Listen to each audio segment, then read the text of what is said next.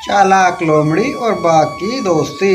एक बहुत ही खूबसूरत जंगल में एक बाघ और एक लोमड़ी रहते थे। वे दोनों बहुत अच्छे दोस्त थे।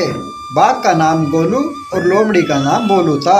एक दिन वे दोनों शिकार के लिए निकले। तभी गोलू लोमड़ी ने बाघ को बताया कि बोलू भाई, वहाँ पर एक हिरन है जो घास खा रहा है, तुम वहाँ जाकर चुपके से उसका शिकार कर लो। तभी गोलू बाघ वहाँ पर जाकर देखता है तो वह एक बकरी थी। बकरी को देखकर बाघ कहता है, अरे तुम तो कह रहे थे वहाँ एक हिरन है। लोमड़ी बोली, अरे तो क्या हुआ गोलू भाई, हिरन ना सही बकरी ही सही, कम से कम कुछ खाने को तो मिलेगा। अरे गोलू भाई, और कितना इंतजार करोगे यार, अब किस चीज की इंतजार है, उसको खा लो, जल्दी से शिकार करो उसका। अरे ओ बोलू, अपनी बकवास बंद कर, ज्यादा शोर करेगा तो बकरी भाग जाएगी और फिर मैं तुझे ही खा लूंगा। तभी बकरी उनकी सारी बातें सुन लेती है और वहाँ से भागने लगती है। बकरी को भागता देखकर लोमड़ी उसका पीछा करती है तो बकरी उसको एक लात जड़ देती है, जिससे लोमड़ी का पूरा जबड़ा हिल जाता है और बेचारे दोनों दोस्त निराश होकर भूखे पेट ही अपनी गुफा पर लौट आते हैं। बोलू लोमड़ी बाघ से कहता है, अरे पाजी, उस बकरी ने तो मेरा पूरा जबड़ा हिला दिया, इतनी जोर से लात मारी। अरे पाजी, मैं उसके पीछे दौड़ा था, मैं थक गया हूँ, थोड़े मेरे पैर ही दबा दो। सुन बोलू के बच्चे, तेरी वजह से आज मुझे खाना नहीं मिला और भूखे पेट सोना पड़ेगा, या तो चुप हो जा नहीं तो तुझे मारकर खा जाऊंगा, तब होगी तेरी पैरों की बढ़िया मसाज। ये सुनकर बोलू लोमड़ी उदास हो जाता है और बाघ से मन ही मन बदला लेने की सोचता है। दिन गुजर जाता है और अगली सुबह लोमड़ी फिर से शिकार के लिए निकलती है।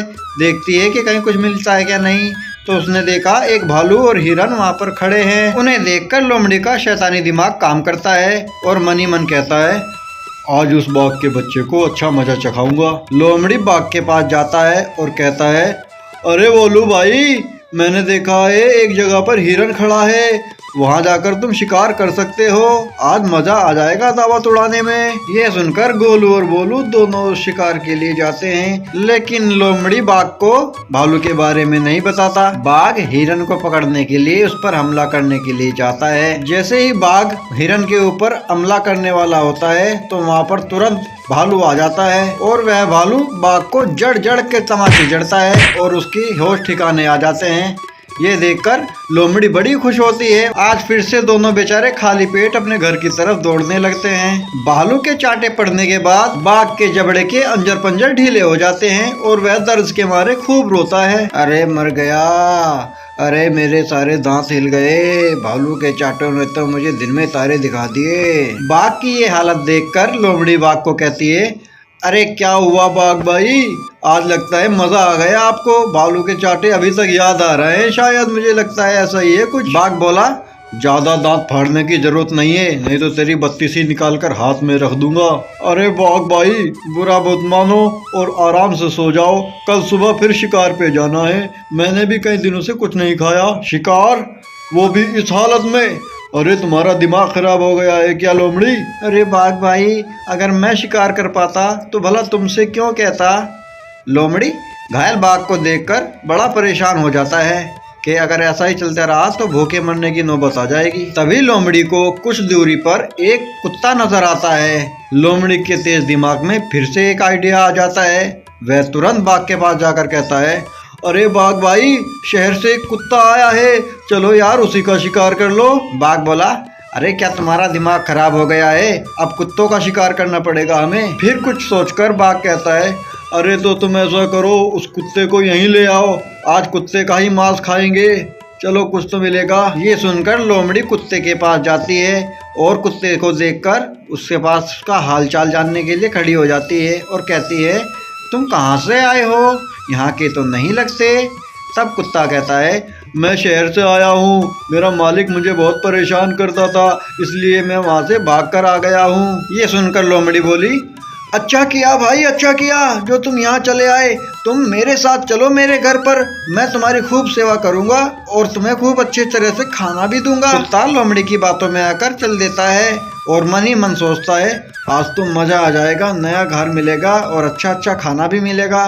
और इधर लोमड़ी के दिमाग में चलता है आज तो पेट भरकर खाना खाया जाएगा। तभी बाघ दोनों को अपनी तरफ आता देखता है तो खुश हो जाता है और कुत्ते पर हमला करने की तैयारी करता है, लेकिन कुत्ता देख लेता है और उसको, और वहां से वो भाग जाता है। बाघ से बेचारे से उसके पीछे भागा भी नहीं जाता। कुत्ता अपनी जान बचाकर सर पे पैर रखकर वहां से भाग जाता है। शिकार को भागता हुआ देखकर लोमड़ी बाघ से कहता है, अरे बाघ, तुम बाघ नहीं, तुम तो बंदर होने चाहिए थे। तुमसे एक शिकार भी नहीं पकड़ा जाता, तुमसे एक कुत्ता भी नहीं पकड़ा जा रहा है। लोमड़ी फिर कुत्ते के पास जाकर लोमड़ी कुत्ते से कहता है, अरे कुत्ते भाई, तुम वहां से चले क्यों आए? तुमने वहां पर देखा नहीं तुम्हारी कुतिया एक इंतजार कर रही थी तुमसे शादी करने के लिए? भूल जाओ तुम सारी बात और चलो मेरे साथ, तुम्हारी दुल्हन तुम्हारा इंतजार कर रही है। अरे तुम सच कह रहे हो लोमड़ी भैया, मुझे तो लगा बाघ मुझे मार देगा। अरे नहीं, वो तुम्हें मार नहीं रहा था, खुशी के मारे तुम्हारा स्वागत कर रहा था। कुत्ता इस बार फिर से उसकी बातों में आ जाता है और साथ में चल देता है और लोमड़ी मन ही मन खुश होता है। इस बार बाघ पूरी तैयारी के साथ एक पेड़ के पीछे छुपकर खड़ा हो जाता है और जैसे ही वह कुत्ता उसके पास आ जाता है वह तुरंत उस पर हमला कर देता है और उसे मार डालता है। तब लोमड़ी के मुंह से लार टपकने लगती है और बाघ भी खुश होकर दहाड़ता है। तभी शैतान लोमड़ी के दिमाग में एक आइडिया आता है, अरे बाघ भाई, अरे ऐसे ही खाओगे क्या? अपना हाथ मुंह तो धोआओ, कितने गंदे हो रहे हैं।